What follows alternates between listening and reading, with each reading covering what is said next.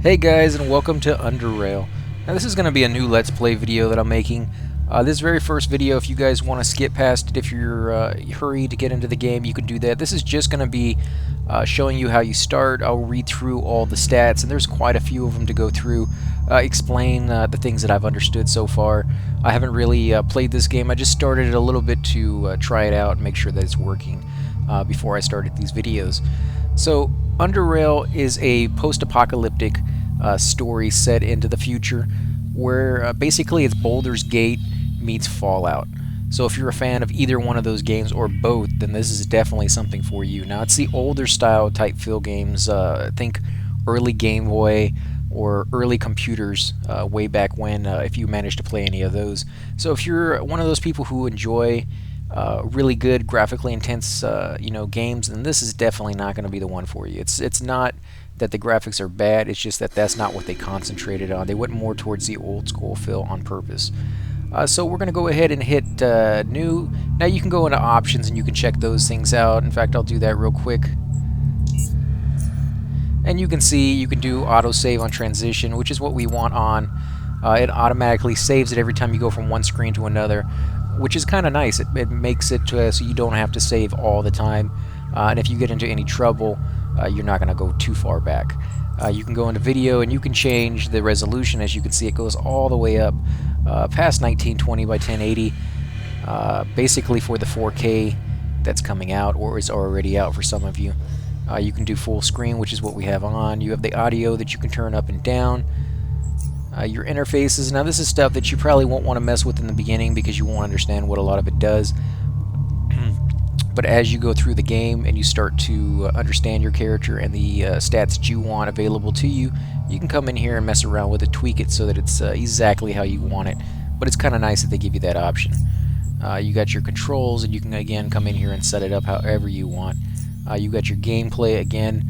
This is all up to you, but it's nice. I mean, it's not great looking, but they did that on purpose because it's an old style game, so it really fits in, but still has all the stuff that you're accustomed to with the newer type games. So let's go ahead and put new game. Now you got rules here, and normally for people who aren't familiar with these titles, you want to go with easy. And the easy difficulty, this is for people who find the combat on normal difficulty a bit too hard for their taste. Player characters have double the normal amount of health. Medicine consumables heal for more and have reduced cooldown. So if you're having a trouble playing through it and you just start it, you might want to put it down on easy. If you played games like this, the normal probably won't be that hard for you. I've tried it a little bit, and I already said, as I said before, and it was perfectly fine on normal. Provides a lot of challenges to an average hardcore gamer with less room for error in combat.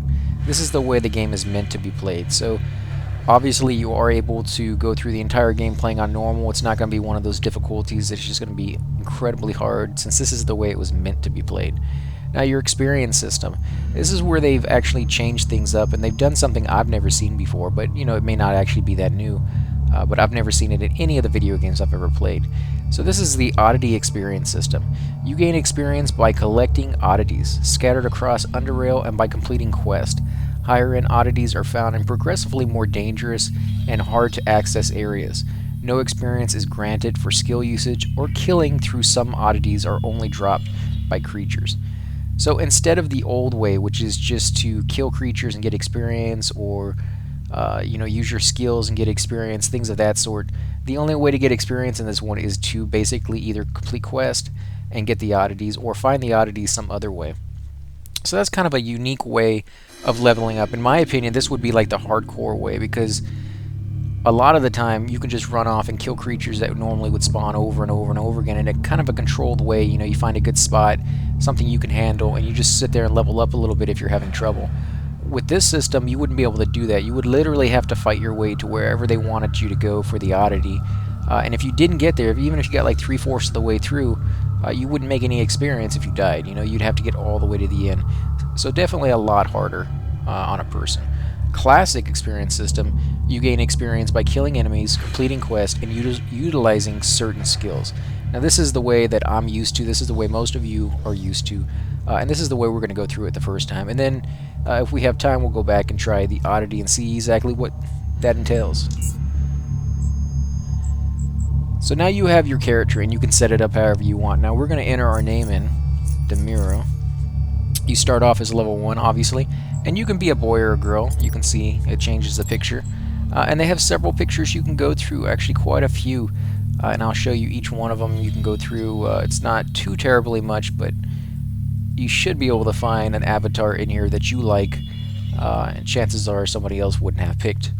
Now we'll go through all the little tabs here. Strength. Strength measures character's muscle power.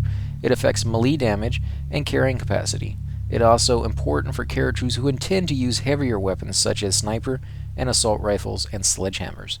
So again, instead of picking like a mage or warrior or scout class, you pretty much get to tweak your character in the way you want it to be. So Dexterity. Dexterity measures characters' reflexes, hand-eye coordination, and finger nimbleness.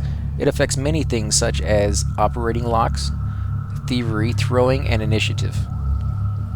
It increases critical strike chance of melee attacks. High dexterity also reduces action point cost of unarmed and light weapon, pistols, SMGs, knives, and fist weapons. Let's see, agility. Agility represents characters' reflexes, fleet-footedness, jumping ability, as well as affinity towards other athletic and acrobatic activities. Among other things, it affects dodge, evasion, initiative, and movement points. It also allows the character to move more quietly, increasing the stealth performance. So if you wanted to be more of a sneak or something like that, you could use this. But as you see, a lot of these actually affect a whole range of abilities, not just one little thing. So you could do a combination of something and create an entirely different kind of class character than you would if you just went all out into strength or dexterity or whatever it may be. Let's see, Constitution represents the health and general stamina of your character. It is important for all types of characters, but especially for those who plan on making the armor suit their main defense. It also helps prevent or lessens the effect of poison and diseases. So basically, if you're going to be a tank, you're going to want more Constitution. It's basically, it's going to let you wear bigger and better armor, and it's going to give you more stamina, which in turn is going to give you more health to start with. So, Perception represents characters' ability to discern objects from far away, as well as notice hidden things in their vicinity. It helps the character to use ranged weapons more effectively, as well as detect hidden objects, passages, and creatures. Now, if any of you have watched my videos before, you know I kind of tend to go towards finding the secret stuff, finding the areas that you're not supposed to be able to get to very easily. And most of the time in these kind of games, in RPGs and sorts, they actually put areas that you would never be able to get to unless you have a skill in something like computer hacking or science or something along those lines. And if you don't have that skill, no matter what you do, you can't get into that room. You have maybe one chance to unlock the computer, and that's it. Whereas strength helps you fight creatures, but you know, you could use more potions, or you could go level up and come back and fight that creature, and you can get past them eventually. Whereas these sort of things, you would just never be able to open if you didn't have the skill. So I try to put points into those things so that we won't miss anything, that we get to go into all the rooms. So if you played through and you weren't able to go in there, you'll be able to see exactly what you missed out on, if anything. So let's see. Will measures character's mental determination to see to his actions regardless of various mental difficulties, such as pain, suggestion, and overwhelming odds, as well as to force his will upon others and the environment. It heavily affects all PSI disciplines, as well as determines the maximum PSI. So I guess PSI is going to be some kind of like psi power or something along those lines. Intelligence. Intelligence determines how well the character learns and reasons. It is important for characters that focus on science, as well as all disciplines and dependence on it. So all disciplines depend on science or intelligence to some extent. So for me, I think we're going to go ahead and put, let's see, put a couple points into this, a couple points into perception, and 1 point into intelligence. Actually, I'll put 1 point more into intelligence. Before you hit accept, make sure you remember that you have skills and feats to go through as well. So let's go ahead and take a look at the skills. Okay, so as you can see, there's quite a few skills here. So as I said before, if you want to skip ahead, you're welcome to do that, but I try not to leave anything out. I'll read through everything once so that we understand what things are, and then I won't have to go through them again later on down the road, and you guys will still understand what's going on. So Guns. Increase your precision and damage with any type of pistol, SMG, or rifle. This includes both firearms and energy weapons. Also, the higher your skill level, the more advanced weapons you can wield effectively. Let's see, throwing. Increase your precision with all thrown weapons and utilities, including grenades. So that's kind of cool with your grenades. Crossbows. Increase your precision with and damage with crossbows. Melee. Increase mechanical damage with melee weapons and unarmed attacks, and help you overcome your target's damage rating. Now you got defense. Dodge. Increase your chance to avoid melee attacks and traps. So that could come in handy. Invasion. Increase your chance to avoid a ranged attack. Reduce damage you received from area of effects. So we got subterfuge. Stealth. Decrease the chance that you'll be spotted while in stealth mode. Also affects numerous aspects of stealth combat. So that's kind of cool too. Hacking. Allows you to hack all kinds of computer devices such as electronic locks, cameras, sentry turrets, etc. Now this is what I was talking about before. This is one of those things that if you don't have a high enough hacking skill, you may miss out on certain treasure chests or rooms. You may even not be able to do certain quests because you don't have the ability to get into where they want you to get. So we're definitely going to put a point into this, definitely into stealth as well. That will also help you sneak around to places you're not supposed to be. Let's see, lockpicking. Allows you to pick mechanical locks and dismantle other mechanical barriers such as ventilation shafts. Again, this is right up the alley of finding things that you're going to need, being able to get into ventilation shafts and go through places you're not supposed to be able to go through easily. Pickpocketing allows you to steal items from other characters. Yeah, we're going to go ahead and do that because sometimes a character might have an item that we need for a quest, but you can't get it without killing them, and you don't want to kill them. So this is really your only resort to be able to get that item. Traps. Allow you to plant and disarm increasingly more powerful traps. The higher your skill is, the harder your traps are to spot and disarm. Also increases your chance of spotting traps. So we're probably going to max those out as well because we don't want to get stuck with traps. And most of the time in games that have traps, if you can disarm them, you actually get to pick them up and take them with you. And then you can sell them to vendors for lots and lots of money or something along those lines. So let's see. Mechanics. Represents your knowledge of mechanics. This is a skill primarily used in crafting various items such as weapons, armors, and traps. So that could come in handy being able to make your own stuff. It's also saves you money in the long run if you can make it rather than buy it, usually. Electronics. Represents your knowledge of electronics. This skill is primarily used in crafting various items such as various electronic utilities and energy weapons. So again, another one of those trade crafting abilities. You got chemistry. Represents your knowledge of chemistry. This skill is primarily used in crafting various items such as explosives.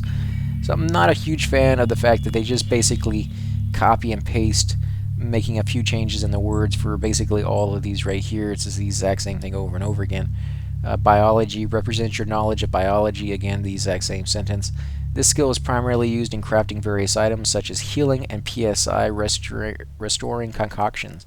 It also enables you to extract useful substances from plants and animals. Again, another one of those trade crafting abilities. Tailoring. Represents your skill in tailoring leather and cloth materials into pieces of armor.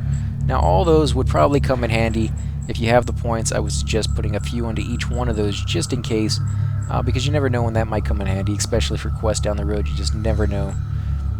PSI or Psi. Thought control. Ability to influence the minds of other living creatures through mental suggestion and domination. Also the ability to focus and enhance your own mental processes and to take greater control of your body. Well, that sounds kind of cool. Psychokinesis. Ability of the mind to exert mechanical force as well as to emit electric currents and project electromagnetic fields. So that's kind of cool. I don't know what Psi abilities in the game are. I don't know if those will be powerful or how close you have to get, so I'm not going to put points into that until I've checked it out first. Ability of the mind to initiate and control rapid temperature changes and harness exothermic and I don't even know how to pronounce that one, energies. So basically, I don't know what that's going to do actually. I don't know why you need to change rapid temperatures quickly and harness that power, but we'll see what that means. You got social persuasion. Your ability to convince other party to see things your way through non-violent means.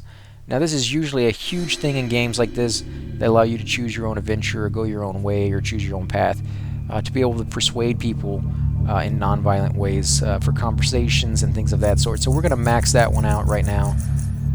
16 or 15 points is all we can put into it, but we get an extra 16 points because of something else that we put in, either in base or whatnot.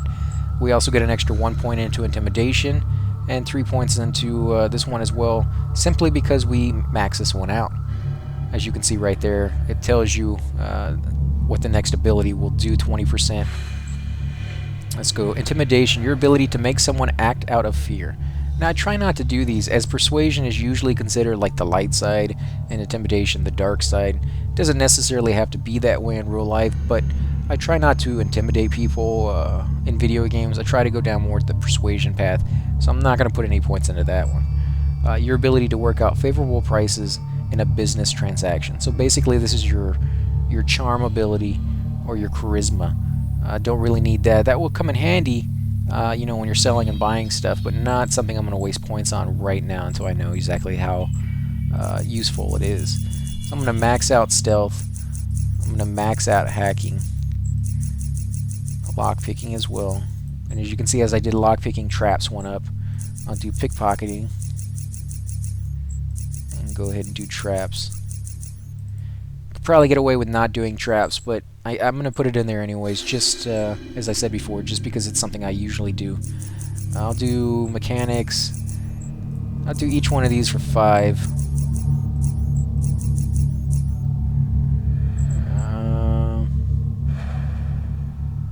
Weapons, armors, and traps. And I like the armor ability. Leather armor. Let's see what else I got up here. I got 3 points left. I want to do a couple on the dodge.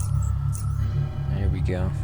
I'll do 1 into dodge and 1 into guns, just in case. Now, don't forget, you still have feats to do. Now, depending on what base you used, the skills, the points you put into, and what skills you put points into, is what feats will be available to you. As you can see, these right here in orange, I'm able to do. But if you click this little button right here, it will show you all the feats they have. So if you went down a different path, you may have different feats to go through. Now, I'm not going to go through every single one of these, just because there's so many that you can possibly read through, and it's crazy how unique you can make your character. So I'll go through the ones I can use right now, and you know, if you happen to have different ones, you're welcome to take some time and read through those as well. Conditioning. Reduces all mechanical heat and cold damage taken by 10% plus 1% for every point in Constitution above 5. Hit and run. Every time you kill an enemy with your melee or ranged weapon, your movement points are reset to 25, cannot exceed your maximum, if they were both below that number. Nimble. Reduces armor penalty by 15% and grants 15% bonus to dodge and evasion if your armor penalty is at 0. Ninja Looter.